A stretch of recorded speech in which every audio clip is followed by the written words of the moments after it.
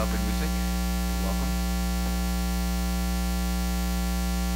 The will to endure has a lot to do with running against the wind. Most nights before I go to bed, I check my weather app. It took me a while to figure that out. To see what the wind speed will be about 6 a.m. in the morning. If it's in the 16 to 17 plus range, I will have my doubts about going out for a morning run. I will have even greater doubts if I'm lying in bed about 5:30 and I hear the wind rocking the house. The effort becomes that much greater, as we know, when one has to run against the wind. Some of you know of Bob Seger, well-known guitarist and songwriter and pianist from Ann Arbor, Michigan, who sang the 1980 song Against the Wind. Don't worry, I won't sing it for you. With lyrics including, I found myself seeking shelter against the wind. I'm older now, but I'm still running against the wind. We know it's just a part of life to be running against the wind. How mundane and unchallenging life would turn out to be if we didn't meet any resistance along the way. But the question always is, where do you look for the shelter to get you through your toughest times? The scriptures from the Psalms and 1 Peter this morning, read so well by Lee, are compelling ways to start this morning in our approach to the omnipresent challenge of making our way through the headwinds of unexpected turns of events and uncertainty that almost always follow.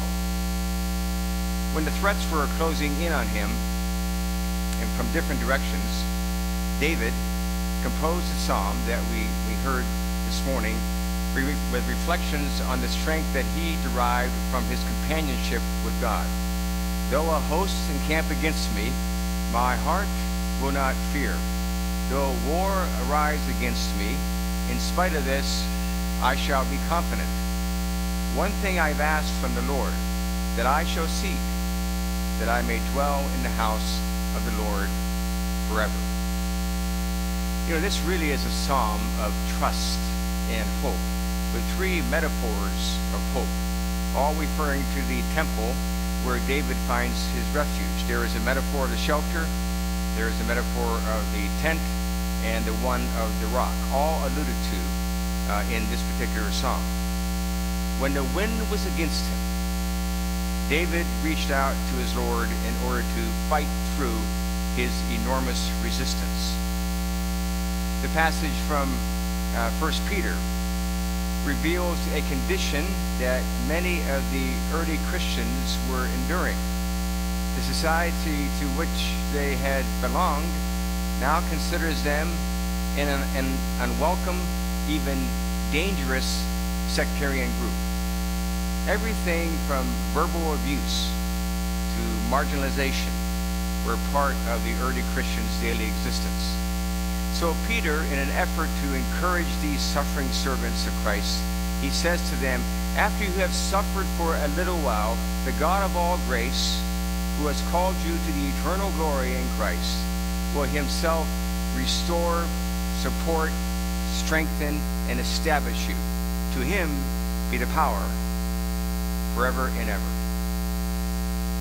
Restore, support, strengthen, and establish you.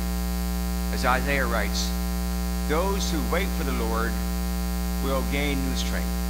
They will mount up like wings with eagles. They will run and not get tired. They will walk and not become weary. These are among the many words of faith, my friends, that can lift you in times of anxiety and apprehension, in times of disappointment and discouragement, in times of despair and disheartenment. David and Peter knew the way to take, and that way was found in the strength of the Lord. As Paul said in Romans, suffering produces endurance. Endurance produces character. Character produces hope. And hope does not disappoint us. Hope overcomes the fear of the future. John Meacham writes in his book, The Soul of America, that in the depths of the Great Depression, Franklin Roosevelt had drawn on his own reading for the most historically memorable line in his inaugural address: the only thing we have to fear is fear itself. Shortly before the 1933 inauguration, President Roosevelt had been given a gift of the volume of writings of David Henry Thoreau, which included a journal entry from Thoreau which read, "Nothing is so much to be feared as fear." With the support and the strength of God, it's a phrase that can be permanently inscribed in our hearts. My brother tells a story of Robert Louis Stevenson's story about a ship that was at the mercy of a violent storm. The crew was virtually incapacitated with fear, and one of the sailors of the crew made his way into the control room when he saw the captain fighting to control the ship along the rocky coastline. The captain noticed the sailor behind him, and when he saw his petrified look on his face, the captain just smiled. After the sailor made his way back to the hull of the ship, the rest of the crew asked him whether he thought they were going to make it, to which the young man simply replied, "We're going to be just fine." And they asked him, "How do you know?" The sailor replied, "I know because I've seen the face of the captain." And he smiled at me. In our faith, it's a confidence that comes when we know the Lord is steering our ship. But there also has to be the will to overcome. There has to be the will to defeat fear and the desire to follow God's path of perseverance in order to achieve the outcome that will not only benefit you, but will also benefit those around you. But there are times we know when we are unable to see the end in sight. A few weeks ago, we took a little break for a couple of days and drove out to Colorado after church. And as the events of that Monday slowly unfolded, it was evident how beautiful a day it was going to be. In the mountains, about 30 degrees, little wind, abundant sunshine.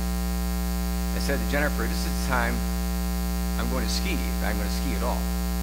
So we drove to Loveland Ski Area, located at the eastern portal of the Eisenhower Tunnel. Jennifer dropped me off. I changed into my ski wear, rented some skis, bought a lift ticket, and off I went. She went shopping. But toward the end of the day, I ended up at the top of the wrong ski trail. Those of you who ski know when you take a chairlift up, there's always a sign at the bottom of the chairlift telling you the types of runs, at the top of the hill. Your green trails are your beginner runs, your blue ones are your intermediate ones, and your black ones are your advanced ones. This sign had all black and one blue. I said to myself, it sounds like I'm going to be black and blue after this one. But hoping to find the blue one, after I got off the lift, I couldn't find it. Couldn't find a blue run, which was not good. So I was left with no choice than to negotiate a very steep hill with high moguls. All of this didn't necessarily correspond with my ability, and it was getting late in the day. So I decided to ski as much as I could and then slide the rest of the way down. Ski and slide, ski and slide. I was getting quite into a rhythm. Another fellow who was in the same precarious situation turned to me and said, "Are we ever going to get to the bottom of this thing?" There are times in life when we wonder if there's ever going to be an end to all this. The light at the end of the tunnel seems like a distant dream. The odds of getting through it, too, seem to be so overwhelming and so daunting. I heard the story of a gentleman a short while ago.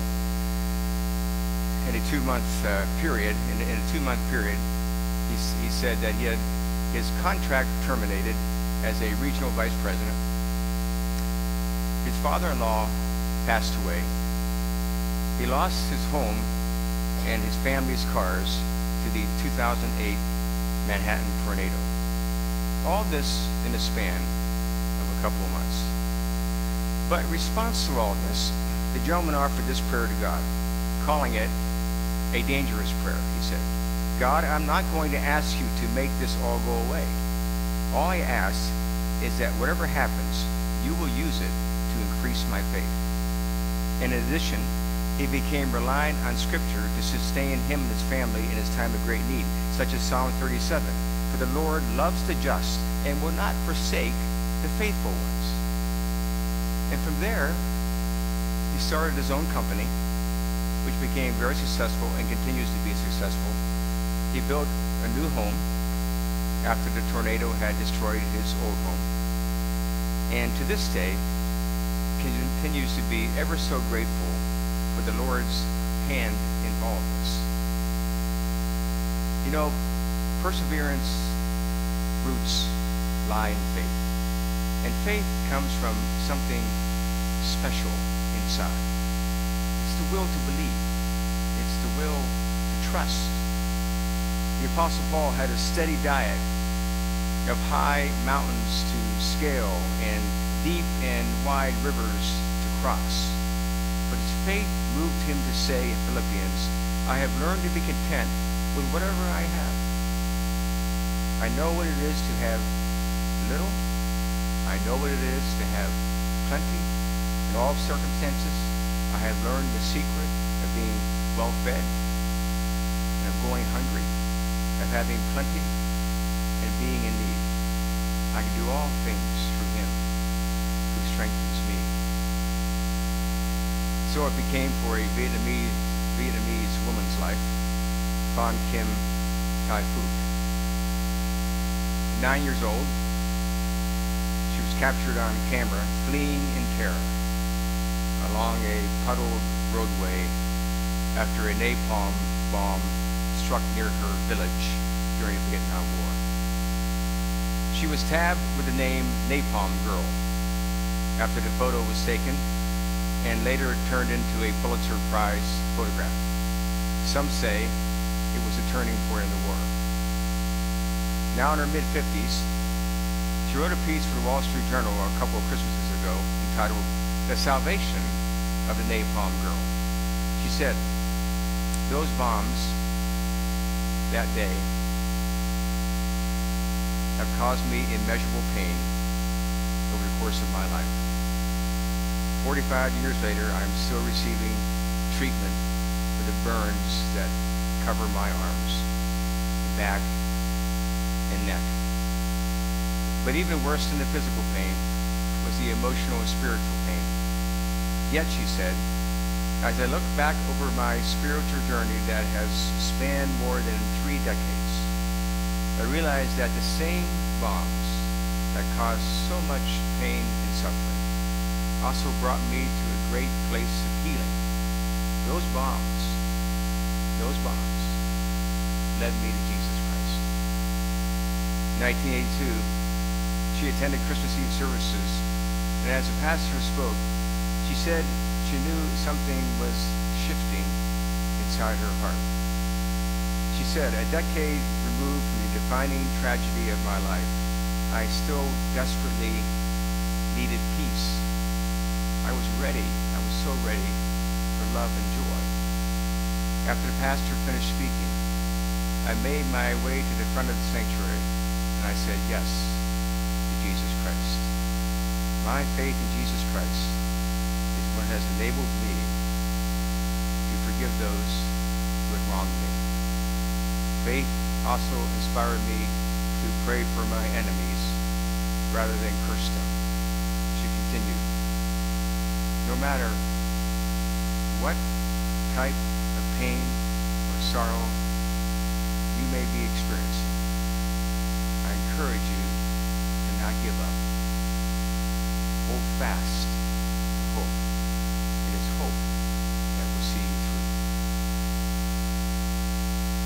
we ride into the wind.